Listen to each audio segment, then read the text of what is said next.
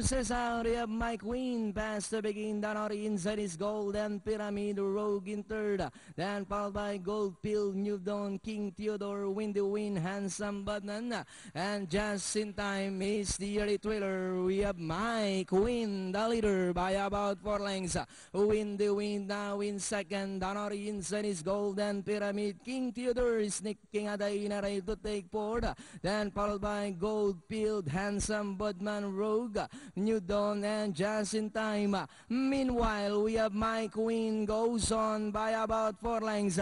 Golden Pyramid still in second. Windy Wind now already outside third. Gold Pill in fourth.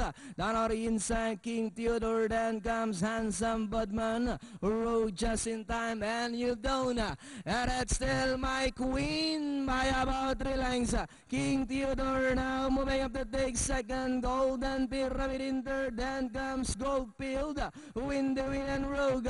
And it's still My Queen by a length.